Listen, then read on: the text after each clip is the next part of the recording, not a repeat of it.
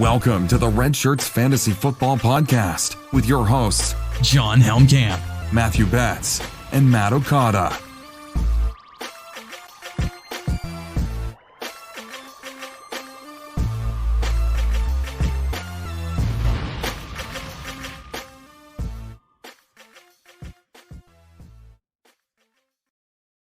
Hey, welcome back into the Red Shirts Fantasy Football Podcast. To my left on the screen is Matt Okada. Right below us on the screen is John Helmkamp. Fellas, how are we doing? It is Tuesday evening. This will be in your podcast app and on YouTube on Thursday. Hope you guys are having a great week. What's going on? It would be better if it wasn't so hot.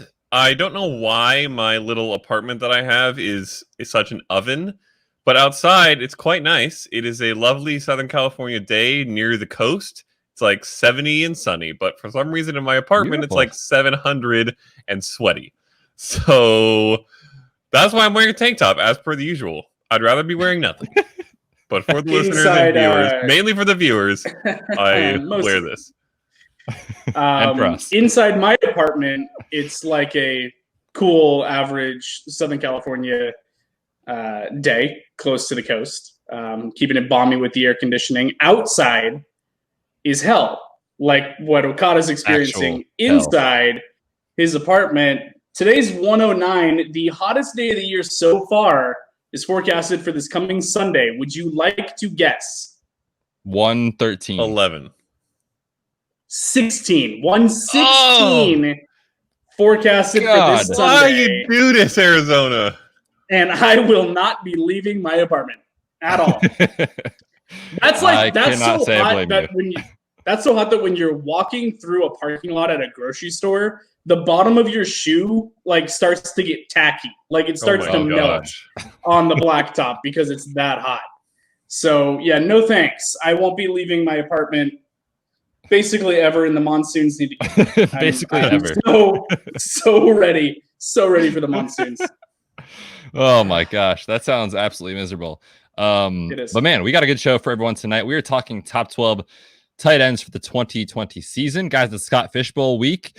We've got stuff going on with ballblastfootball.com. We have new exciting announcements coming soon for that. A new perk for patrons, spoiler alert, coming soon, which I don't want to spoil, so we'll just tease it. And if you want to support the show, the best way to do that is patreon.com/ballblast. If you missed it somehow in the last week, we have partnered with Kate Michelle Majuk.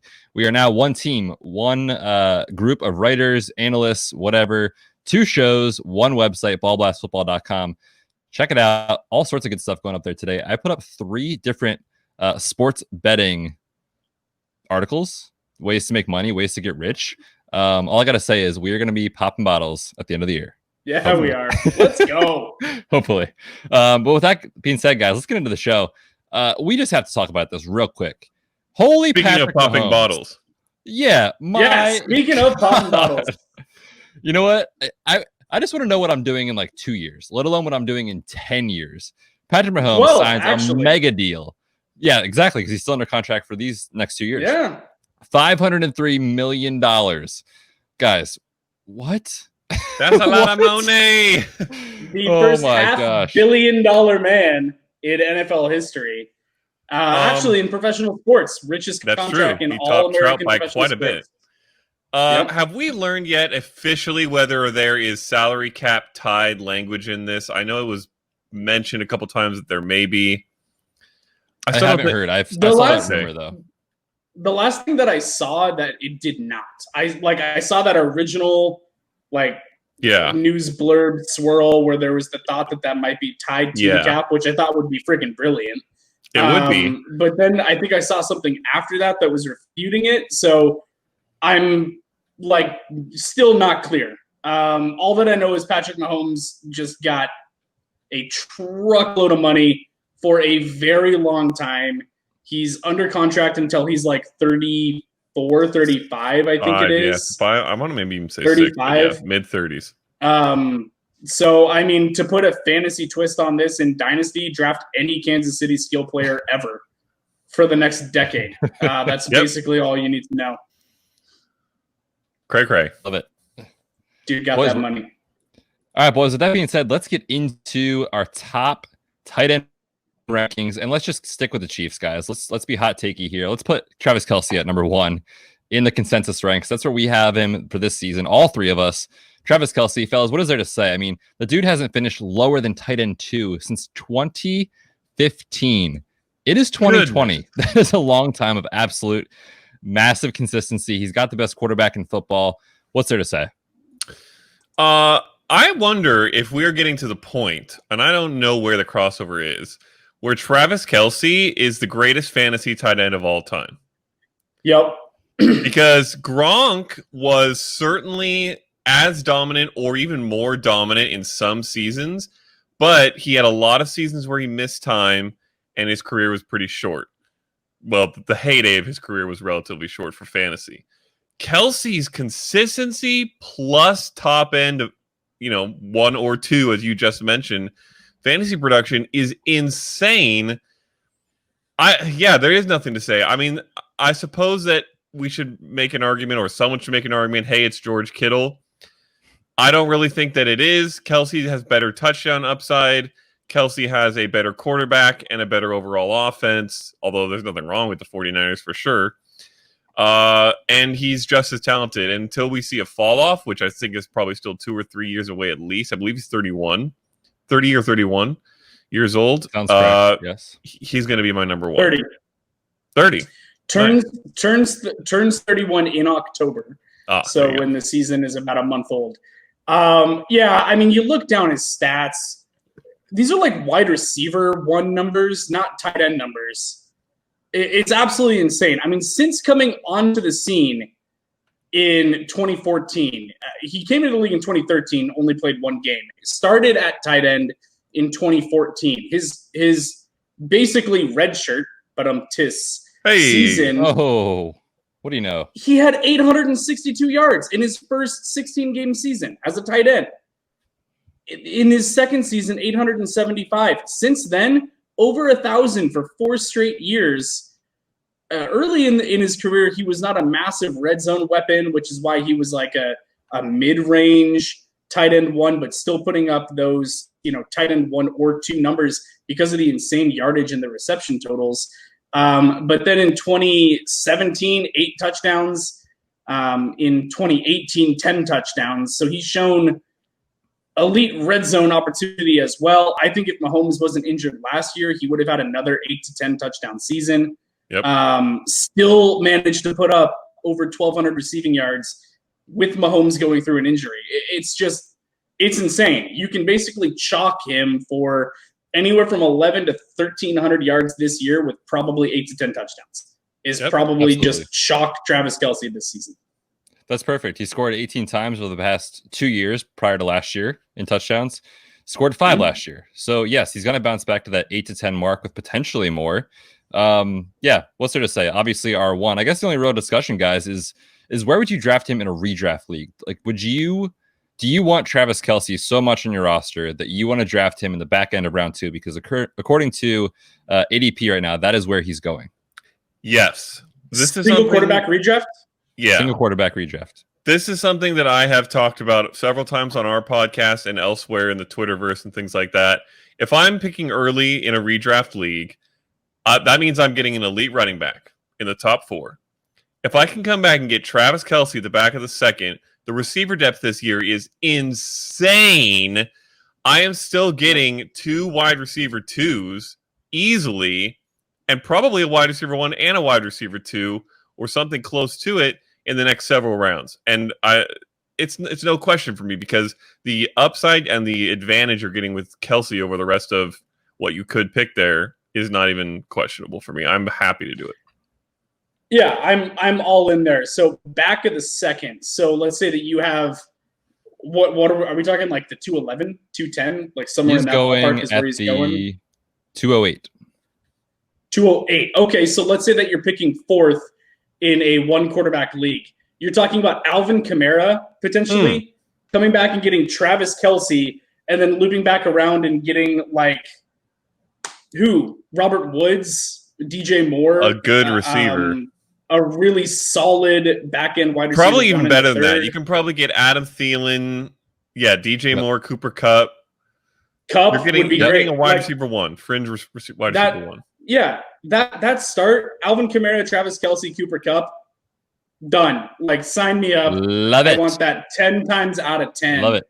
Big heart. Because the wide, and then you can go like 2 more running backs in the next consecutive rounds. Probably wait and come back and get your wide receiver 2 in the 5th or 6th. Somewhere along those lines. That would be just absolutely juicy. I love that strategy. Sweet. I'm going to go ahead and just mark the time on this. Set a reminder in my phone to come back and listen to this when I'm on the clock in August and just take John's advice and literally do that in my draft. I love that strategy this year. So yes, I'm willing to go in on one of these top tier tight ends. The advantage over your opponents is just massive. With that being said, let's get to, I want to say number 2. I feel like it really is 1B in tight end rankings. That's how I feel about George Kittle this year. Personally, he's 2 for all of us for a reason. Last season, we saw this defense for the Niners just be absolutely dominant.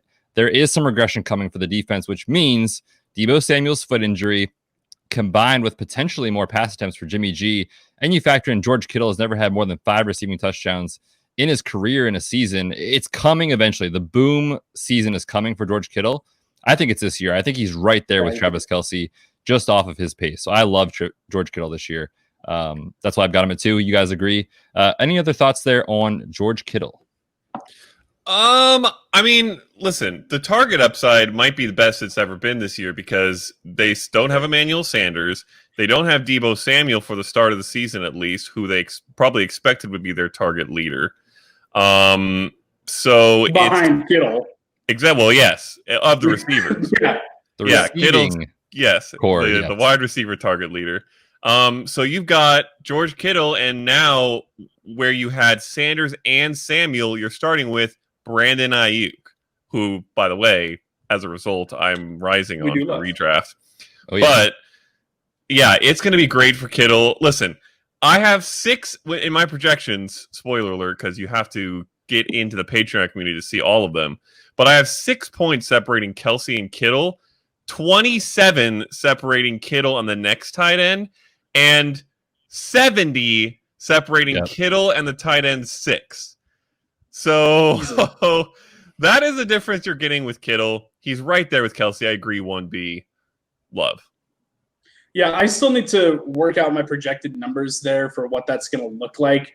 I don't know that he's going to be like that close, like 6 points off. I do think that he and Travis Kelce are in a tier unto themselves.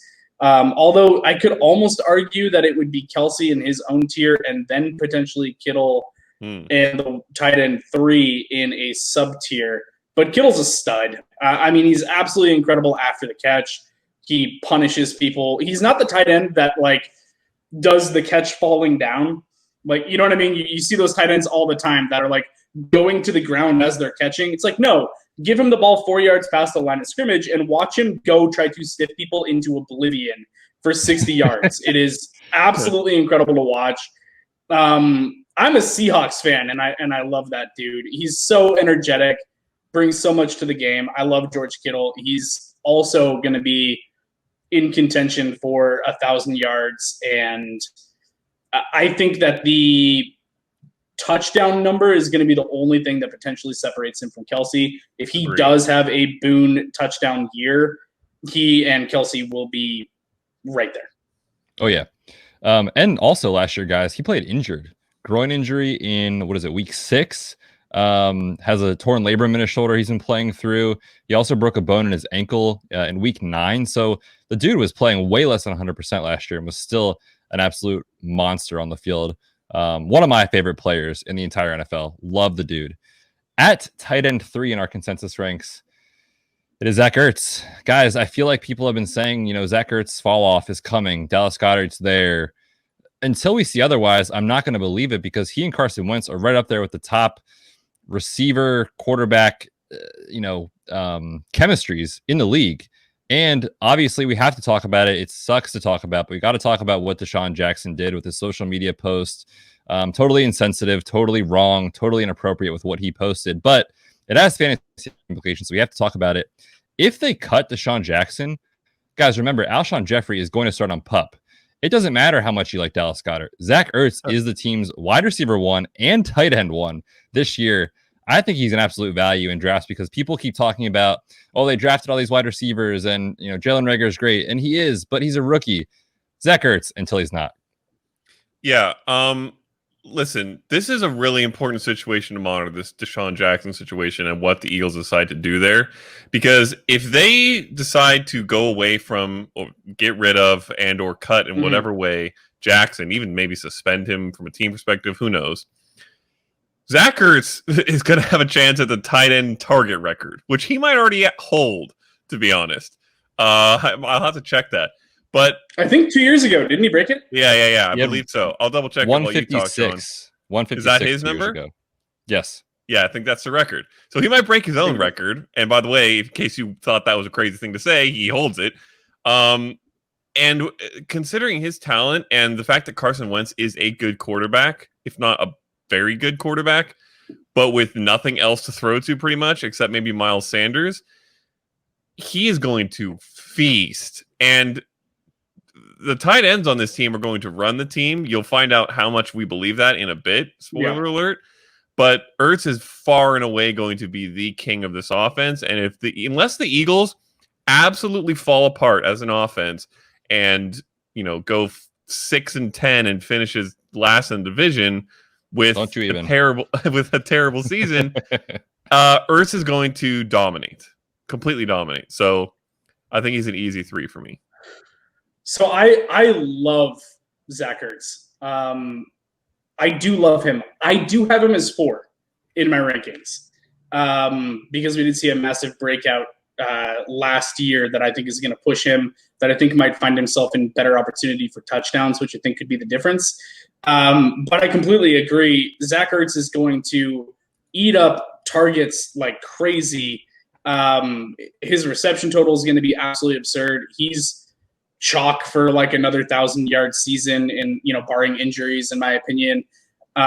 He's great. He's fantastic. Chemistry matters, especially in off-season like this, where there might not be a whole lot of opportunity for Carson Wentz to get on the same page with his 3 new, all young, deep, fast targets. He's going to go to his safety blanket time and time and time again, and it's going to be Zach Ertz. So for me, 3-4 are very close. And in my opinion, the top 4 is like you have a top 4 and then a massive fall off at the tight end position. I agree. And Zach Ertz is very firmly within that top 4 for me. Definitely agree with that. It's kind of ironic, guys. On Tuesday today, I was literally writing up for the ballers. We're writing up. Everyone's taking a team or two and kind of running up, like, it's called target practice. So you're basically like looking at the team and trying to project each player in the passing game's floor and ceiling for targets. Mid-typing, I'm typing out Zach Ertz. I see this thing about Deshaun Jackson, and I'm like, well, shoot, I have to change the ceiling. I had it at 155. It is at 170. That is the ceiling for Zach Ertz. If something happens with Deshaun Jackson. Now, if he's on the roster and he's playing, then that's a different story. But, man, like, I honestly could see him like finishing as the tight end 1 this year if those things happen. So it's in the range of outcomes, certainly coming at a discount, obviously, compared to the known commodities of Kittle and Kelce. On to tight end, almost said running back, tight end 4 in the ranks is Mark Andrews. He comes in at 4 for me, 5 for Okada, 3 for John. Guys, Mark Andrews broke out in a massive way last year with Lamar Jackson. I think the reason I have him behind Zach Ertz mostly is because I think negative regression is coming in general for the entire offense, for the passing attack, for Mark Andrews, who played a pretty low snap percentage, but caught a ton of touchdowns. And we talk about it every year. It's not the most sticky metric out there. Yeah. I mean, with tight ends, it's a very interesting situation because with running backs and receivers, you want to see that snap percentage be as high as possible because that means they're on the field and having opportunity to make plays. With tight ends, sometimes if they're not on the field as often as another tight end, it's because the other tight end is the primary blocking tight end and the team likes to run a lot.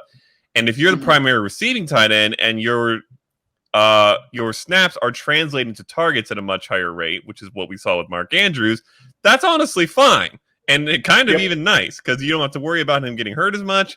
It's a great situation. Right. So he's not getting rolled up on by a defensive end down on the as often, line. Yes. It's great. It's great. Mark Andrews, listen, the only reason that he's not potentially in the top tier for me, and I have him the lowest of us at 5, and he's still in the second tier. But the only reason he's not in that top tier is because this team is not going to throw as much as those teams are. And he's going to have a big target share from a tight end perspective, but it's going to be of a small overall pie because the Ravens offense is a run-first offense that's going to run through Lamar, Mark Ingram, and maybe even Dobbins now. And Andrews, despite his excellent, and by the way, they got rid of Hayden Hurst, so they 100% believe in him. Despite his excellent target share, is going to be somewhat limited on total targets and yards compared to these other guys. I do still think he has a great touchdown ceiling. I think I have him for more touchdowns than Kittle, and the same as Kelce. So I love him. He's just behind, but basically in the same tier as this next guy we're going to talk about, and Ertz. So I'm sold. Yeah, the reason why I have him ahead of Ertz is basically what you just indicated, his touchdown opportunities. I think that he's going to be the red zone target for that offense. They don't have anyone else to throw the ball to down there on the goal line. It's going to be all Mark Andrews. And they did have Hayden Hurst there. Not what? Not a Willie Snead fan? No. Get out of here. No, they did have Hayden Hurst there last year. They still wanted to give Hayden Hurst some play. They wanted to give him his opportunities. He did cut into a little bit of the target share, which, by the way, Andrews still had 98 targets. I wouldn't be surprised at all if he's at 120 this year in terms of his target number, based on Hayden Hurst leaving and them having the full confidence in who he is now. I think that Mark Andrews cemented himself, in my opinion, as being one of the elite tight ends for fantasy football. I don't have any reason to believe why he's not going to have 8 to 10 touchdowns. He had 10 last year, if not potentially more. I mean, his ceiling in touchdowns could be a lot higher. If they get down in the red zone and they feel like, hey, guess what? We've got this dude and he's a mismatch every time we throw the ball to him. Feed the guy. If he has a 12 to 14 touchdown season in him at some point in his career, I'm not going to be surprised. I'm not saying it's happening this year. I'm not projecting it, but that's totally within the range of outcomes for him in that offense, which is very good because they run the ball a ton. And yes, they're going to run for a lot of touchdowns, but when they are throwing it, it's going to Mark Andrews a majority of the time. So in my opinion, that's why I have him just slightly above Ertz. But Ertz with that target share, that target total that he could potentially be pushing for, they're very close for me at that 3-4 spot. The other thing, too, I talked about it with Kittle, last year on the website, which you'll find this now on ballblastfootball.com, not redshirtsfantasyfootball.com, so this changes. But last year on the site, I was writing up an injury report article every week. And you guys remember Mark Andrews, he was on the injury report several times throughout the year with an ankle and a foot injury. So he was playing banged up last year. And we talk about, this is one of my favorite stats to use from PFF, is the yards per route run metric. Guys, as a rookie, he came out and he was number 4 among qualified tight ends. Then he jumps to number 2 among tight ends last year. So we see that being very predictive for success in the NFL.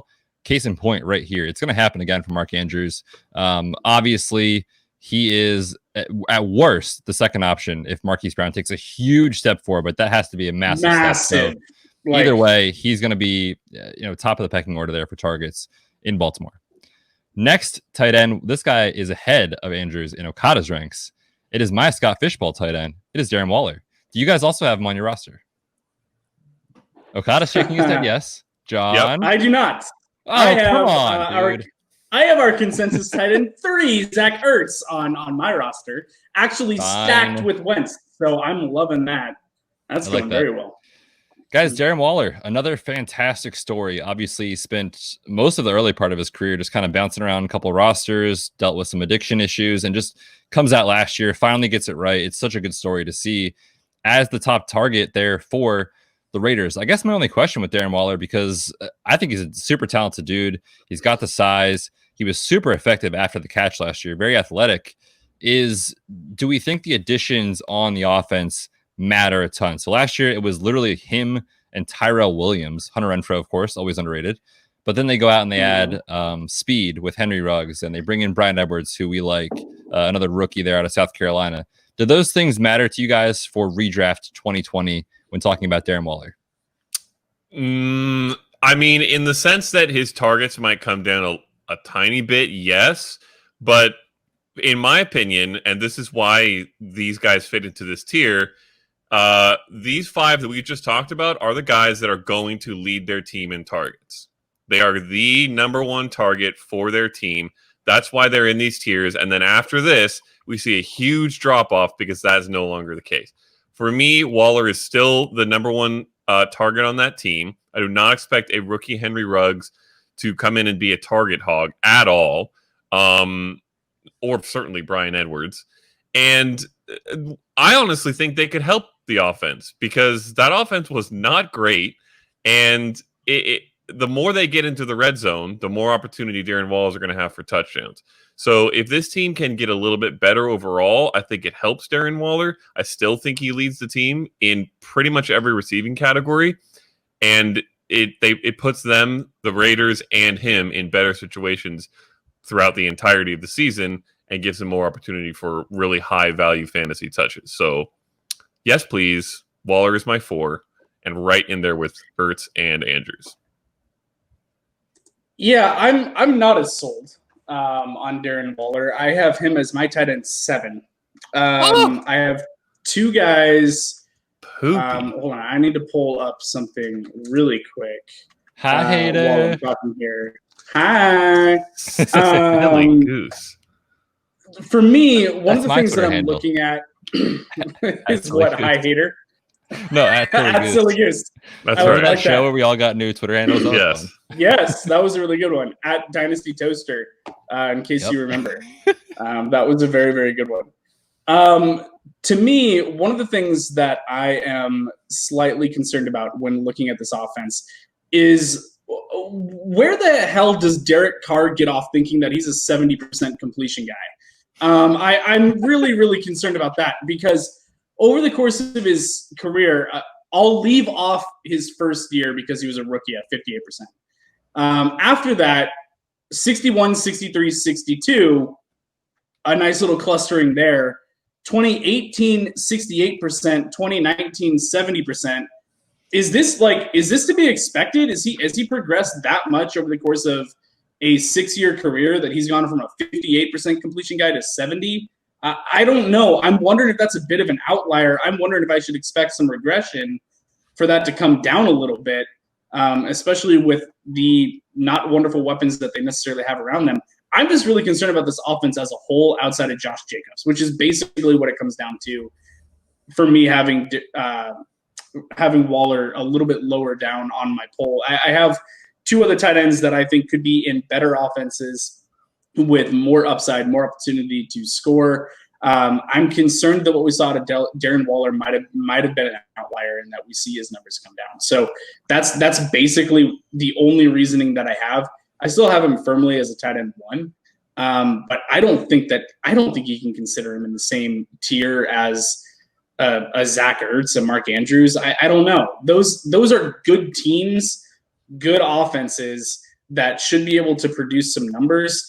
Even though you can make a lot of the same arguments in terms of like Philly doesn't have the wide receiver weapons, and neither does the Raiders, and I get that, but I trust Carson Wentz and Miles Sanders, and they have 2 tight ends to keep the ball moving there in Philly, by the way, not just the one, which does help kind of mitigate some of that risk for not having great wide receiver weapons. I trust that a lot more than I trust this Las Vegas Raiders offense, which is why I've got him pegged down my list a little bit further. Hey, I mean, I don't think it's that hard to complete a pass that's 3 yards away from the line of scrimmage. Right. So that True. 70% mark might be accurate. It could Yeah. hold up. It could. I was pulling up the numbers.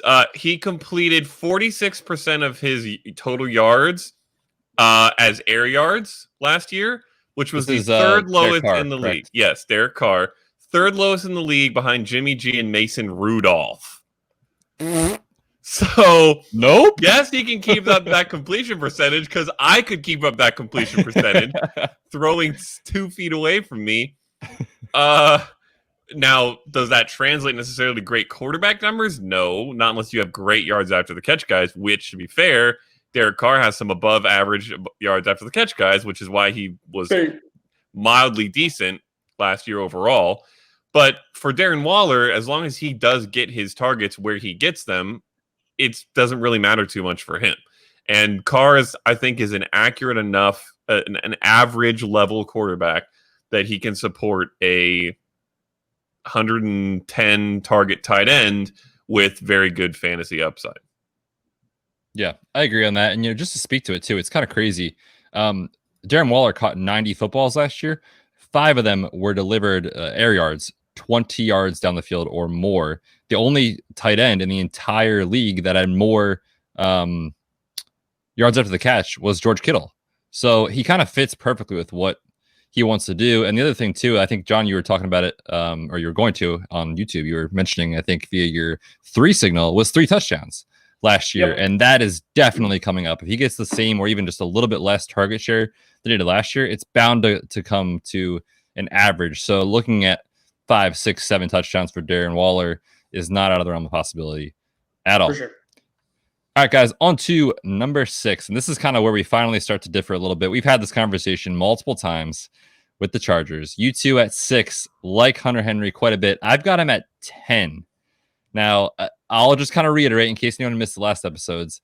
I'm fading the Chargers not, since this year. It's silly.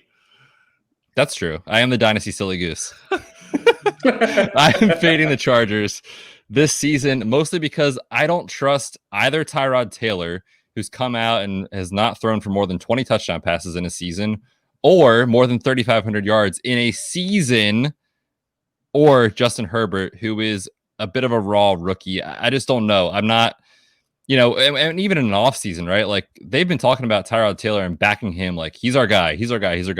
Well, there's 2 ends of the spectrum. If you believe top 10 quarterbacks play in the NFL in year 1, which the data suggests they do, you're going to get Justin Herbert in a weird offseason, not a lot of time to kind of mesh. I don't know. I'm just fading the Chargers, and I'm fading Hunter Henry. He's obviously a talented dude. He's been great when he's given the opportunity with Phillip Rivers, but he's not there, and there's just major question marks for me about what that is going to look like. Betz. What are we going to do with you? Listen, if there's one position that doesn't matter from a quarterback perspective, it's the tight end. Trash quarterbacks can still throw to good tight ends and produce, because a tight end is a big, easy target, and the way that they run routes and the way they're using offenses in today's NFL, it's very easy to get them open. So Tyrod Taylor is a plenty fine quarterback, not great. Perfectly adequate. And Justin Herbert is a top-end first-round pick. I forget what that was about. I think that was Calvin Ridley. He's going to be very fine. Yeah, completely fine. Let's be fair. I'm not drafting. If I knew what Chargers quarterback was going to be the starter all season, I would not necessarily be drafting them as a top 15 quarterback in fantasy. I don't necessarily think that they are going to be great, but I do think that they can support a very, very talented tight end well enough to be a high-end quarterback. I mean, we just talked about Darren Waller. Darren Waller's quarterback last year was Derek Carr. You telling me Tyrod Taylor can't be as good as Derek Carr?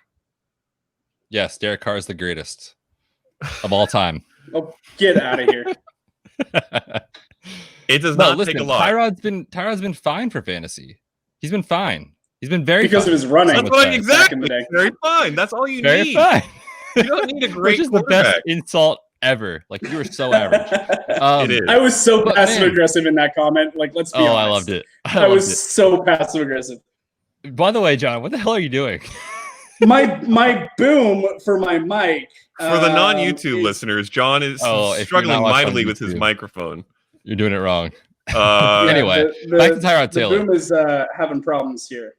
His rushing is really what has elevated him to be relevant in fantasy for us. It's not his arm. And that's kind of where you go from like this pocket passer. I'm not talking about what he does for Phillip fantasy Rivers himself. I'm talking about what he can support player-wise. I don't know, man. I mean, I still got him top 10. Like, I would draft him, but I won't draft him where he's going for Hunter Henry. Johnny Poo? At Johnny Poo on Twitter. Thank you for putting that. I think you're putting that out into the world. Anyways, for our listeners, I'm not Johnny Poo. Definitely Johnny Here's Poo. the thing about Hunter Henry. Hunter Henry, for me, I think goes completely under noticed, underappreciated because of injury history, and because he's not on the field as much as we would like to see him be on the field. When he is on the field, The dude's like a top 3 or 4 guy week in and week out. We saw it last year, even with wet arm Phillip Rivers, wet noodle, still getting him the ball, him making plays after the catch, him being a great red zone weapon. I truly believe that Hunter Henry is a top 5 talent at the tight end position in the NFL if he can stay healthy. Like, that's what I believe in terms of his talent level at the position. I think he's incredibly good, and I just can't quit him. I cannot quit on Hunter Henry. I want to see him put together a full season so bad. And I'd actually love at some point. Betz, write this down. Write an article about his injury history soon, please. That's something that I think would be very interesting. Thanks, buddy. Appreciate it. Yep. I think that'd be interesting for the website. You can find that at ballblastfootball.com. Is where that work will be coming shortly. But I think that he stays on the field. I think that he's healthy coming into this offseason, and I think that he's going to be whatever quarterback is back there's best friend. We saw Tyrod Taylor back in the day in his Buffalo days. He could not stop throwing to Charles Clay, of all people. He peppered that dude with targets. They had no one else. Right. And I get that. And I know that they have other weapons available, but he loves throwing to the tight end position. He did have a healthy Sammy Watkins at that time, by the way. Young, healthy, prime Sammy Watkins. Healthy. Well, foot. Okay. Anyways. Never healthy foot. Okay. As a note, by the way, just for the record, go back 2 years. Tight end 6 was Trey Burton on the Bears with second-year Mitch Trubisky, who you believe to be the worst quarterback in NFL history. And tight end 8 was David Njoku, who is now washed and been replaced on his own team with rookie Baker Mayfield and a couple games of Tyrod Taylor. So I'm not saying when I'm talking about the talent level for Hunter Henry and what I'm expecting out of him. I said previously that I think the top 4 guys are in their own tier, like within sub-tiers within them. But I think that they are far and away above what I believe to be further down that list. Yes. Coming in at tight end 6 is not a 1,000-yard and 10 touchdown, 1,000-yard and 6 touchdown tight end. Okada. Even though Okada seems to think that Hunter Henry is going to have 1,900 yards and 17 touchdowns this year, based on our past conversations. If you tell me that Hunter Henry has 700 to 750 yards and 5 touchdowns on the season, I think that is completely fair, and I think that puts him right in the middle of being a tight end 1. For the record, I think that gets the job done right in that range. That's almost exactly where I have him projection-wise, a little above that in both categories. But I fully agree with John. When I talked about George Kittle and how far above tight end 6 he was, Hunter Henry at my tight end 6 is 40 points of my projections behind Mark Andrews, who's 1 spot above him. That is a tier break here. It is massive. So, and he's clumped up with the next 2 guys as well. So it's not nearly the same as talking about the 5 guys we just talked about, because I believe those guys are locked and loaded, target hog, tight ends who have got the talent and the opportunity and the quarterbacks to be great. Hunter Henry is a much lower level piece that I'm still willing to invest in because I know the talent is there and I know the targets will be there enough that he can outdo the rest of the tight ends in this grouping or be in their range at least.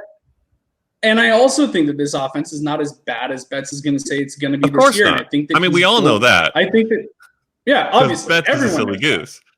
Literally everybody knows that. Betz, I think they're going to be just fine, and they're going to move the ball down the field, and he's going to have scoring opportunities. Just out of curiosity, Betz, and we maybe make this a Betz bet, I don't know, but scoring offense rank, where do you think they'll be? Oh, I'd have to pull up my projections to see where I have them. Off the top of my head, let me pull up my spreadsheet. Let me pull up my spreadsheets here in my calculator as well. I have them. Please hold. I have them at 19th. In touchdowns? Yes. That's more than I have, and you still hate Hunter Henry. Yes, and you hate Keenan Allen. Where are you in the NFL? Where are all these touchdowns going for you? Awesome. Mike Will, breakout season, finally. That's what Betz is. I'd be so that's happy. True. He probably has Mike Williams for 14 touchdowns. That explains. I'd be so happy. Oh my God. No, it's not happening, listeners. No, it's not. It's not happening. It could happen. It might happen by him. So, anyways, all right, that's where I think that's where I think Henry ends up. Yep. Boys, we got to pause for just one quick second. And, draft season's right around the corner. We got to talk about it. If you don't show up to your draft, whatever it looks like this year, I know it's a weird offseason, big meetings are happening, but you got to show up at least to like the end of the year, league meeting, so to speak, trophy presentation with the Trophy Smack trophy. And if you don't show up with one of those, it's not going to be a good look. TrophySmack.com, guys, is legit. They've got everything you need. Draft boards. They've got trophies, belts, rings. You have it. They name it. There's rumblings that we potentially get another ring for the Listener League this year. I'm just saying. They did it last year. They gave it to us for free. They're good people, great products. And now go to their website, TrophySmack.com. When you use our code REDSHIRTS, you're going to get a free ring with the purchase of any trophy or belt. To me, guys, it's a no-brainer. Check it out, TrophySmack.com. All right, on to tight end 7. This is a guy who came onto the scene in a huge way last year. Down the bottom half of the stretch of the season was just unreal, guys. Tyler Higbee. Now, we're kind of like split in the middle right here. Okada at 7, I'm at 9, John's at 11. So obviously John thinks major regression coming from what we saw last year. I'm with him in that aspect. But Okada, maybe you see a little more upside with Higbee here with your ranking of 7. Talk to me. I mean, okay, listen. You want to talk about the upside? Let's just go to the numbers. I feel like we may have talked about these at some point. Now, let me preface this by saying I'm not saying that this tiny sample size dictates what he will do in 2020, because that would be silliness. But last 5 games of 2019, when Higbee broke out after Everett went down with an injury, 522 yards on 43 catches with 2 touchdowns. If you projected that to a 16-game season, gentlemen, 179 targets, 138 catches, 1,670 yards. Oh, that is the production Tyler Higbee was putting out over that 5-game stretch. Now, there is literally no chance that anything close to that happens in 2020. However, I also don't think there's a chance that a player that performs that well for his team over a stretch of 5 games, we're not talking about 1 game. 5 games is a sample size at least, even if it's not a great one. There's no way that he disappears this next year. I don't think there's any way that he even splits evenly with Everett, because Everett had his chance during the beginning of the season and was decent to okay. Higbee was out of this world, incredible with the opportunity that he got. He is going to come down to earth. Okay, he's not even going to be a 1,000-yard guy. I don't even have him as an 800-yard guy. But it doesn't take anywhere close to that to be a mid-range tight end 1. It takes 600 to 700 yards and 5 to 6 touchdowns. And based off what we saw from Tyler Higbee from just a talent perspective at the end of last year and how well he worked for that offense, I think that's so within the realm of possibility that I'm buying him here. And you don't have to buy him here, by the way, to get him, because he's not going this high in drafts. Johnny Pooh, thoughts? Gosh, you gotta stop that, man. What we do behind closed doors is none of our listeners' business, Betz. You're not helping, by the way, what the listeners think of the situation by saying that. Oh, God. Betz is getting married in 3 weeks, by the way. True. To all our listeners. Good God. What? Big shouts. Very exciting. Dude. You better get prepped. That's happening. Haven't So eaten the Tyler carb in Higbee. 4 weeks. I believe it. Shred for the wed, buddy. Tyler Higbee definitely put up an absolutely absurd second half of the season. I think that offense was still trying to figure out a lot of things as the season went on. Should we deal with Gurley? What's his workload like? How are the targets getting distributed? Down the stretch, they went, you know what? We're just going to go to 12 personnel, and we're going to feed the tight ends and a little bit of Robert Woods. And Cooper Kupp really suffered down that stretch. So I expect Cooper Kupp to regain his role as a very prominent aspect in this offense. I expect Robert Woods to have a very prominent role in this offense, but I don't expect this offense as a whole to have the capacity to support massive production Tyler Higbee. I agree with what Okada's saying. 600 yards and 5 touchdowns, fine. That sounds completely adequate to me. I've just got a couple tight ends ranked ahead of him that I think are going to outproduce those numbers. again, when you get to kind of the second half of your tight end ones, it's all kind of, at this point, you're looking at a very, very similar floor, and you're trying to rank ceiling. That's kind of what you're looking at when ranking the back half of tight end ones, who you want to take. Who do you think has an opportunity to have that breakout campaign where they're the next Mark Andrews of last year, or they put themselves into that top 5 echelon? That's kind of what you're looking at. I don't see that as being Tyler Higbee. He had an absolutely absurdly productive, ridiculously efficient stretch run last year. I think he comes back down to earth, and he's a completely adequate mid to late tight end 1, but I don't think that he's a guy that I'm ranking with the ceiling of being able to do what some of these other guys might be able to. Yeah, I think both sides of that is fair, and that's why I have him right in the middle, because I'm not sure what he's going to be this year. I mean, Gerald Everett was this team's tight end 1 for the first half of the season. When Sean McVay had the choice on a neutral playing field, he said, Gerald Everett, you're the dude. Tyler Higbee, you can play a little bit.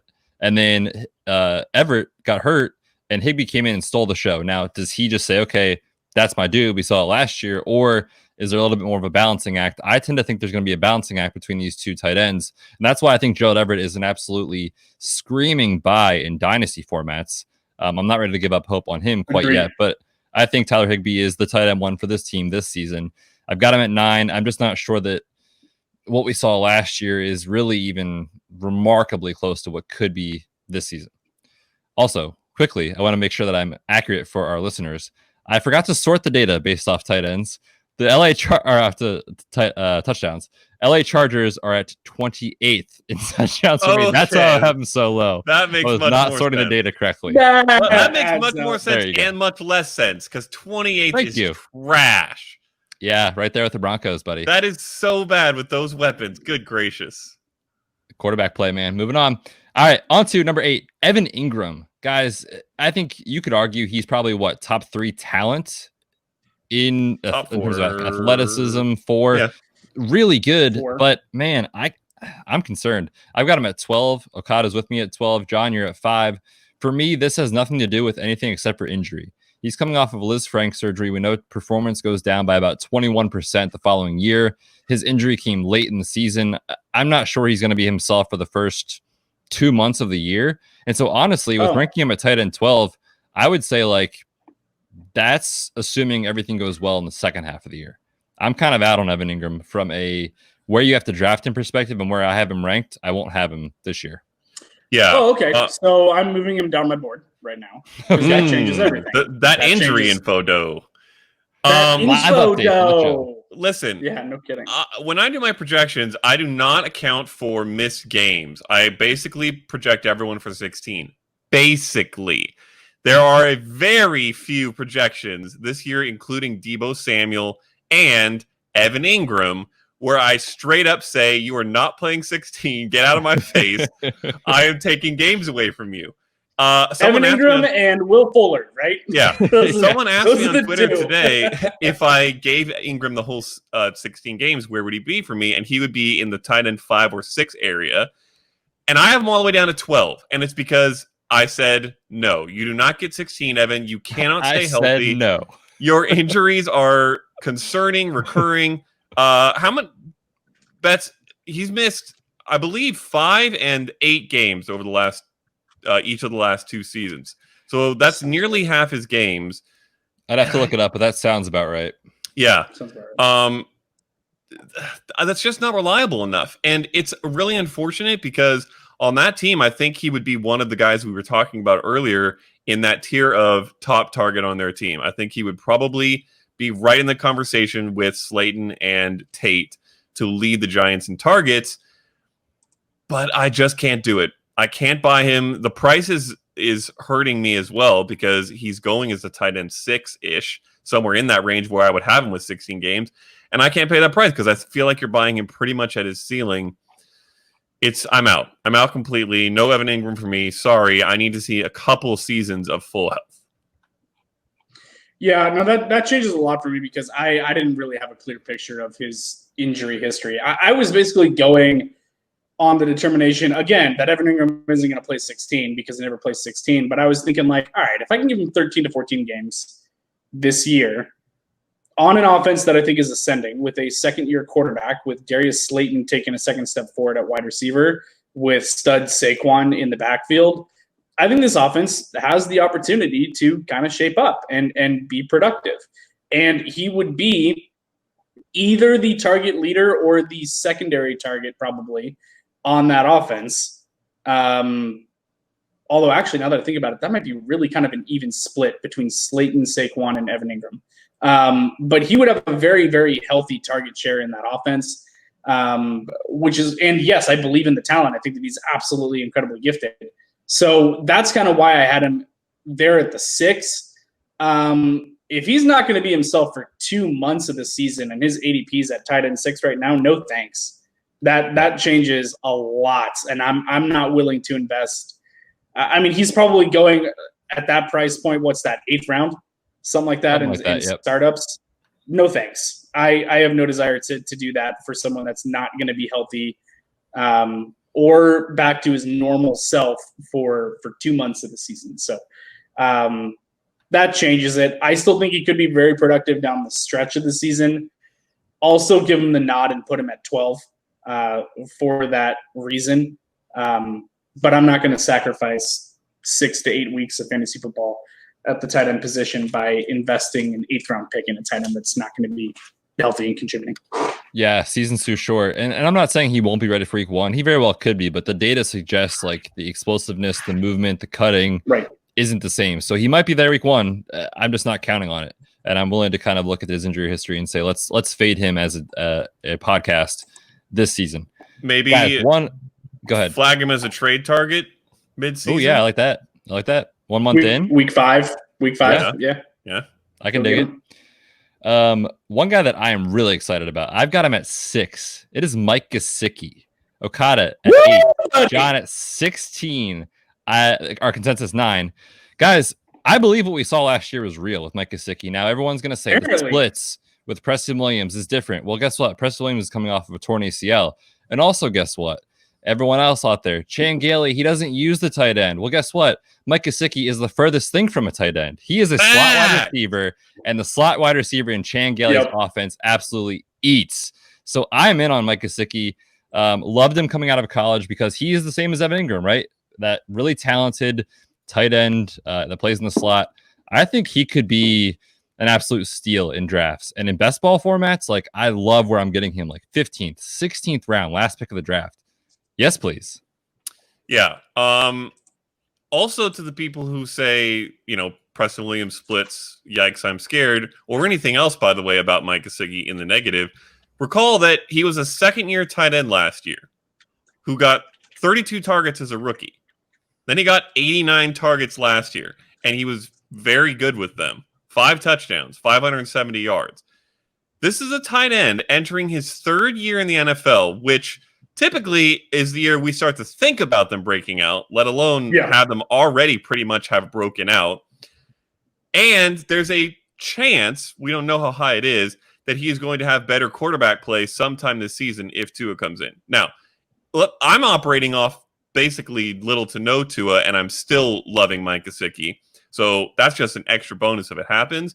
But like Betz said, this guy is an athletic talent, tons of explosiveness, huge touchdown upside. We're talking, like, I don't want to say this guy could be the next Gronk, but he could be the next Kelce-ish level tight end. Wow. Of all the guys we've talked about even, or any guy we're actually going to talk about for the rest of this show, or any guy left in the NFL for that matter, I think that Gesicki has the best chance of being that next elite tight end that's currently not being considered that way at all, because of his talent, because of his athletic ability, and because of the opportunity on that offense. Now, I don't think the offense is going to be great, but I don't need it to be necessarily because Gesicki is going to eat on it from a tight end perspective, at least. 100 targets is eating for a tight end, and that's basically where I have him.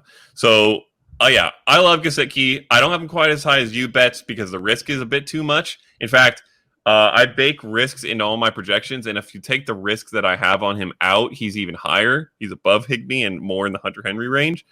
But I've baked in a good amount of risk just because we don't necessarily know what's going to happen with quarterbacks. He's still a third-year player, and we're not too sure what's going to happen, but I love him. Yeah, Mike Gesicki. Here's a really fun offense to think about in college. Penn State offense, 2017. Who was their running back? Saquon. Who was their wide receiver 1? Chris Godwin. Chris Godwin. Who was their tight end? Fantasy. Mike Gesicki. That is an offense, people. Too bad they had Trace Swarley at quarterback. But that is very fine. He was very fine. Very fine for that offense. But that offense, you look back, you go watch games from 2017, you're like, holy crap, talk about talent. Gesicki was such a stretch player. Dude can absolutely stretch the field. He can jump with the best of them. Great jump ball target, red zone weapon. Totally agree with that. To me, when I'm doing my ranking here, though, I think there's just a lot of risk. I'm not going to rank him aggressively like Betz is, basically banking on that massive step forward third-year breakout. I absolutely think it's very possible that he does that. I still love him at a value. If I'm going kind of zero tight end and I'm going to wait until the later rounds, Gesicki is absolutely the target that I want in those later rounds at value, for sure. I just can't rank him that high because I think there is so much risk with this offense this year. So I'm very concerned about that. But, yeah, he absolutely could be the slot receiver that gets 100 targets and has 6 to 8 touchdowns. It's possible. They might go through a quarterback change mid-season. I don't know, though. There's just a lot of weird stuff there. I'm all in Gesicki for Dynasty, 100%. Like, give me that. But in terms of redraft rankings, I'm just a little apprehensive right now on where I want to put him. Yeah, if you want him in Dynasty, the time is now. If you wait till the end of the year or halfway through the year, you're done. It's not going to happen. You got to trade for him right now before the season starts because I agree. He is a screaming buy. And Okada called that in January of this last year. He said, do it now. It's going to be too late. The window's still open. Do it now. Tight end 10 in the ranks is Hayden Hurst, guys. Okada at 10, I'm at 8, John's at 12. Listen, guys, we know the story of the offseason. It seems like everyone is talking about Calvin Ridley and Hayden Hurst. Like, that's what Twitter is all about these days. But there's a good reason, right? They vacated the most targets in the league. We've seen the tight end be productive. There's question marks with Hayden Hurst, no doubt about it. Everyone assumes he's just going to be Austin Hooper. Well, guys, Mark Andrews beat him out, and he was taken in the 3rd round in the NFL draft, while Hayden Hurst was taken in the 1st round in Baltimore. So I'm not convinced that he is great or he is going to be a top 5 tight end the way some people are projecting. Like, you got to go get Hayden Hurst. Like, everyone's all about it. I like him. I'm interested. I'm rising on him. But I think the hype might start to get out of control to the point where in August I might be out if that continues to happen. So let me impart something to the listeners. We have now entered the tier of tight ends that I just despise. Because don't want him. I have one guy above Hayden Hurst within this tier who we actually won't talk about on this show. It's Jack Doyle. For some reason, I really like Jack Doyle this year. Well, it's for a very specific reason. It's the targets. But anyways, from 9, tight end 9 for me, which is Jack Doyle, down to tight end 16, 10 fantasy points separate those guys. Yeah, at that point, you're streaming. Tight ends in that tier. And Hayden Hurst is squarely in that tier, which means there's no point in drafting him here because he's higher than a bunch of other guys in that tier. I'll just go for the last guy in that tier. And you are just going to get whatever one of these guys is on the waiver wire if you want. Like you guys said, stream. I am not waiting until this tier if I can help it. And if I am, I'm probably going for somebody that I think has more upside, like maybe Austin Hooper or Jonnu Smith, even Blake Jarwin, who could potentially break out. Sure, Ian Thomas. Hayden Hurst is the guy that he falls where he does in my rankings because I think he's going to get targets on a team that throws a lot. But I don't see him as a breakout guy. Like, if you told me I could have Mike Gesicki's upside or Hayden Hurst's safety, it would be a little bit of a question. But then if you told me Mike Gesicki's upside or Hayden Hurst's upside, I would laugh in your face because Hayden Hurst has none. So he's here. He's fine. He's the Tyrod Taylor of tight ends. Sure, but not really. Get wrecked. Hayden Hurst is the vanilla ice cream of the tight end position for 2020 redraft. Oh, big fact. He will be completely fine. and he will get the job done on a very pass-heavy offense. If you want 60 yards with touchdown upside every week, that's probably about what Hayden Hurst is going to be. He'll be completely adequate, co-signed, moving on. You know what this is? You walk up to the window at the ice cream shop, I guess. Is that even the right word? Sure. Ice cream store or whatever it is. It's going to be the truck. You're going out for ice cream truck. And they're like, hey, man, you guys have like mint chocolate chip or chocolate peanut butter? And they're like, no, we just got vanilla. You're like, yeah, that's fine. That's fine. Like, sure. Hayden Hurst, there he is. That'll work. Tight end 11 in the ranks is the second tight end on a team that we already talked about. It's the Eagles. Dallas Goedert, guys, comes in at 11 in our ranks. John at 9. Okada and I both at 11. So we're kind of all right there. I think for me, we talked about it with Ertz. It's basically the fact that I don't trust Alshon Jeffrey at all. Do not draft him. I have major question marks about Deshaun Jackson's health, let alone this whole social media posts thing going on. Ooh, yeah. Dallas Goedert saw 87 targets last year. Like, if you told me he's going to see 95 targets this year with that offense, the way they throw the football, yeah, the touchdowns are coming for Dallas Goedert. Yeah, it's kind of crazy how much I'm okay buying a second tight end on an NFL team amidst this mess of other guys. And by the way, I will say that Dallas Goedert is one of those guys with higher upside if something were to happen to Ertz. I don't think he had elite upside if Ertz is healthy all year. He's going to be fine, just like the guys we're talking about in this tier. But he's one of the few guys who you're going to get decent production from and have potential tight end handcuff, if you will, value that could be literally a top 5 tight end if Ertz goes down. So he's one of the guys in this tier who I am willing to go for. If I, for some reason, get stuck drafting in this tier, which I don't want to do, again, don't do it, listeners. But yes, he has great chance of being productive, floor and ceiling. I'm fine getting him. Crazy. We talked on our wide receiver show 2 times ago, and we were talking about potential offenses that can support 2 fantasy wide receiver ones in the same offense. I can't think of the last time that there were 2 tight end ones from the same offense. Might have been Indy in the Andrew Luck days. Colby Fleener. Ooh, I think you might have had a 2 tight end year there with Colby Fleener in the mix. But it's very, very rare. It could happen in this offense this year because they got nothing else. It's going to be the tight ends and the running backs and then some deep shots. And that's going to be the entirety of the offense. And like some bubble screens and stuff like that to get Jalen Reagor and others the ball in space.